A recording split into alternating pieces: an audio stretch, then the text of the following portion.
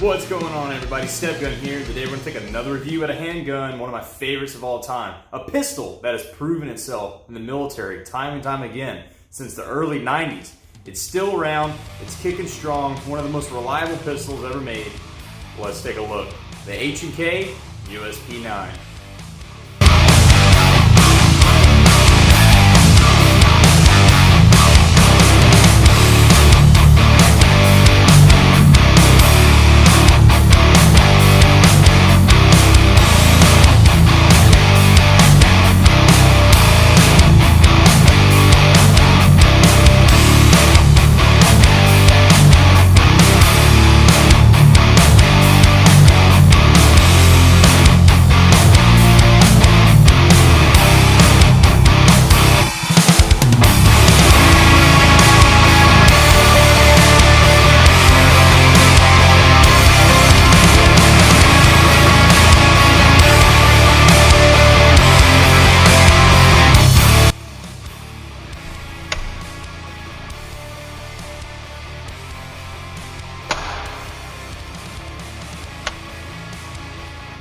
Alright everybody, that's right, the USP 9 made by the wonderful HK, Heckler & Koch, right?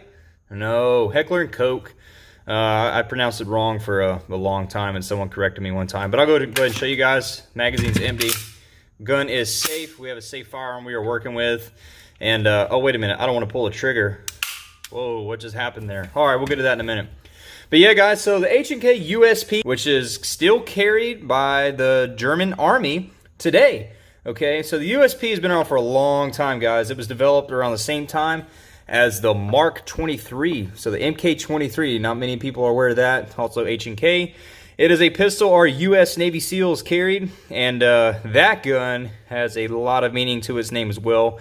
And the cool thing about the H&K USP 9 that, you know, we as civilians can get is, you know, you can get a HK Mark 23 as well, but they're super, super expensive, is that these guns were built kind of, you know, around the same time and went some of the same testing these guns kind of went through at the same time.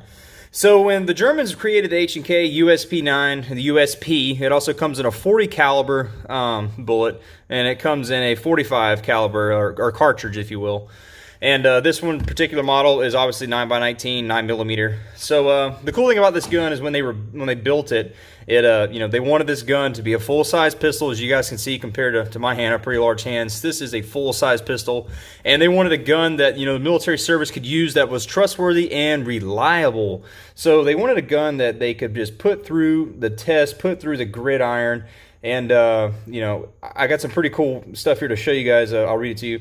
It says, the temperature testing required the USP be frozen at negative 42 degrees Celsius. They fired this gun. They froze it again. Then they heated it up to 67 degrees Celsius, not Fahrenheit, and fired the gun again. These tests were done over and over and over and had no effects on the gun whatsoever. It did what it was supposed to do, and when you pulled the trigger, it went bang and didn't go click, which is what every person shooting a gun wants to hear. So, you know, this gun has got some other cool stuff to it as well. As you guys can see, one of the things I really like about the HK USP 9, you know, being that it is a full-size military pistol, is this over-exaggerated slide release. So as you guys can see right where my thumbs are at right there, that slide release is it is pretty easy to see. So I'll show you guys right there on the laser where I'm looking at. Yep. So that is super handy. You know, if you got, say you got the gun cocked to the rear and the slides all the way back. I have always been a big fan of being able to just, you know, grab that slide release and send the slide forward and go from there. So you got a super big slide release, slide lock, if you will. That is also your takedown lever or takedown pin sits inside of here with this notch. We'll take down the gun in a second, and you guys can take down the gun as well. To get down to a little bit more of it, this HK USP 9 comes with your tritium True Glow, True Dot, night sights as well. So you got the three sight right there. They obviously glow in the dark, which is something. They got the tritium gas inside of the sights, so you can see at night, get a good sight picture. Another thing about the gun is it is single action and double action. So to break that down to you guys, we are currently sitting in single action mode. Okay, we'll go back. Double action mode is where you pull the trigger, the hammer moves all the way back. Okay, you pull the trigger, the slide would go ahead and move all the way to the rear, back forward, after you shoot the first round out of the magazine, once the extractor removes that round and the slide moves back forward, rechambers another round, the trigger and the hammer stays locked to the rear, creating single action. So as soon as you release, you pull the trigger again, it will stay all the way locked to the rear. Single action means that you have one action taking place, meaning the hammer just goes forward when you pull the trigger, whereas double action, there's two things taking place. I just hit the half cock of the hammer, one action. The second action would be me putting weight on the trigger, pulling the hammer all the way back, then hitting the gun, okay? Another cool thing that they incorporated, there's a bunch of different variants of the USP9, guys. And the one particular model I have, I've always been a big fan of with a double action pistol, is the decocker.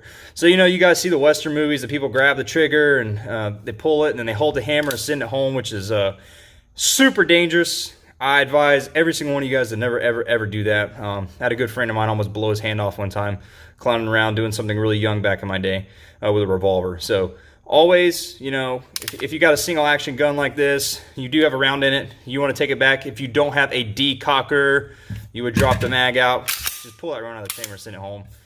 You know, always practice safety. You guys always want to, you know, get into good habits with safety with a firearm. Now, the purpose of the decocker and why I like it, to keep from having to do that, you know, pulling the slide back, getting the round out, you just take the slide here. As you guys can see, this is also a safety. So now we're going to fire. Now we go to safety here. Trigger's locked up. Now, if I wanted to get back into double action mode, if I had a round in the chamber and didn't want to stay hot cocked on single action, I would take the slide, whoa, pull it down, just like so. That is the decocker mode. That is also on this USP9 as well. And that would put the gun back in double action. Obviously, when you decock it, the hammer goes forward, and it gives someone a little bit more comfortability of the gun with one still in the pipe. Okay. Now, getting down to some other things about this gun as well. As you guys can see here, there is an excessive amount of space in the trigger guard. My normal little holdback tools I use, I don't even know where it went all to, there it is, that I use inside of the guns, it was all over the place in here because this trigger well is so big inside of the guard here. But the HK USP9 incorporated that because there's a lot of different techniques to shooting. You know, a lot of people have come more to the approach of sliding the left hand or the non-dominant hand up as well. And I actually kind of like it because the way the grooves are set on this gun, as you guys can see as well here on the trigger guard, it actually makes a lot of different shooting positions. The one reason they incorporated that is in a combat situation or any situation that this sidearm would be needed, it allows for more mobility. It allows for more mobility as well. As you can see the cut-ins right here for the magazine release. Something H&K guns are known for is not having the normal push button release that you would be used to on a Glock. As you can see, the magazine release here on the H&K moves in a downward motion. For those that aren't used to H&K, if you're looking to buy the gun, it will be something you get used to. Don't knock it till you try it. Once you get into the habit of it, it actually just becomes second nature to just, you know, drop the mag down. It's not, I got a little weird angle here, but it's nothing to just drop the mag out with the push down right there. So the trigger guard is pretty beefy. Another thing about the gun as well that I don't like, this is the only real negative I'll get to right now with the gun, is the trigger. This gun is a very expensive gun. Most HK USPs, they run about $1,000 MSRP, so these are very, very expensive guns. The one thing I wish they could have done better and changed up was the trigger. As you guys can see here, it takes up, you know, I got a good little take here. I hit the wall in double action. When I start to go back, right about here, I get a little mush. Okay, I get a little mush here. Now, in single action, once I hit the reset and come back, okay, this is the free play of a gun. The free play of the trigger is the movement of the trigger before it hits the wall. Once this trigger hits the wall here, I still have a little bit of mush, okay? As you guys can see, there's the trigger in single action mode. When I take the trigger, I just have hit the wall, okay? I get that. The wall is where the trigger gets tight.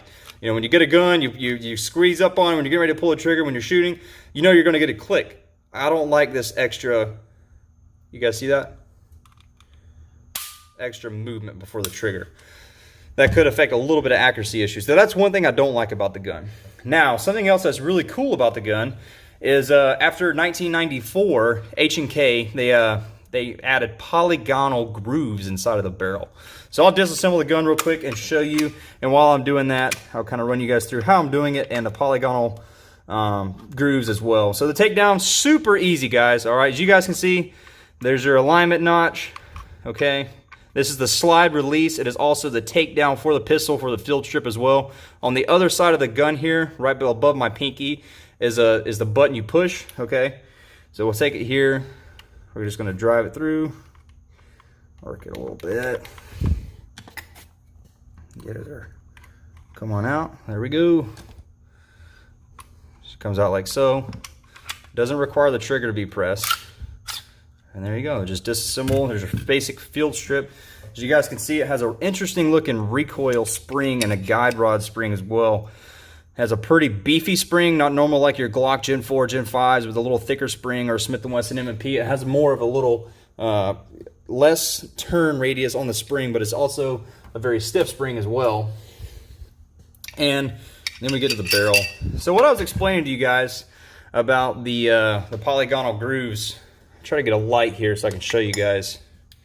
So most barrels that have rifling with a cartridge, whether it be a rifle or pistol, the inside of the barrel is not smooth, okay? You have normally landing grooves, which would mean you have a high spot and then you have a low spot inside of the barrel, which allows that bullet to incorporate a twist for accuracy, okay? So normal landing grooves, you got a high spot and a low spot.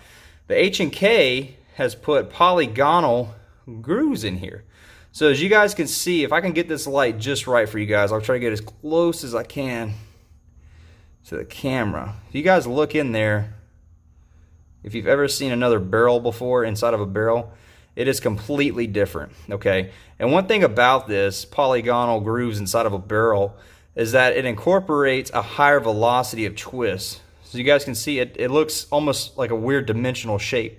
And that's the way the barrel is cut on the inside for the rifling of the barrel, for the cartridge to pass through, for the bullet to pass through when it's fired. And the reason for this was just they wanted a higher velocity. You already have a pretty long barrel as it is for a full-size pistol. So that's one of the cool, interesting things about this barrel as well. It just sits in there just like so, okay? And to take it, you just slide it back on your rails right here. I'll go ahead and pull the trigger back. Makes it a little easier to compress the spring. Your takedown slide stop, slide lock if you will. Here's your slide. You see the notch cut on the slide. You're going to do the same thing, line it back up again. Put it in. Always after you reassemble a field strip weapon, you want to function check it. Pull the slide back, fire it. Fire again, double action. And decock. Yep, good to go. Another thing too that's pretty cool about the gun is that the barrel is cold forged from chromium steel. It's basically so it can have a longer life on the gun. And you know, they did this kind of nitride kind of finish, if you will, the kind of the same thing SIG does. It's not really the same tinifer finish, I would say, that that Glocks have. If you guys are familiar, I'm really familiar with Glocks, but it's a super durable coating, so this gun could last, you know, pretty much through whatever terrain the gun was put through. You know, it's an interesting gun, guys. It's a 15 round magazine. I think for $1,000 pistol, it could definitely, you know, have more rounds. They could have definitely fixed this trigger.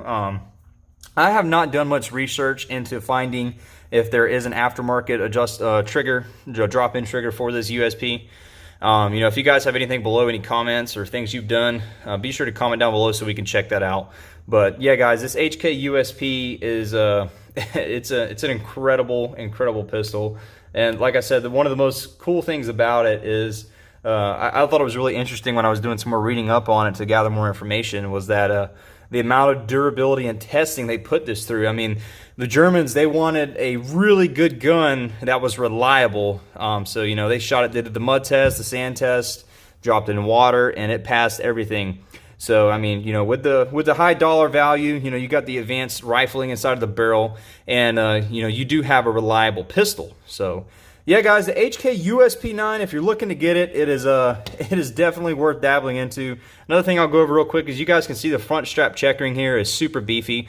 On the side, it's almost like a stippling, if you will. They've kind of had integrated into the side. As you guys can see, those big, bold USP letters.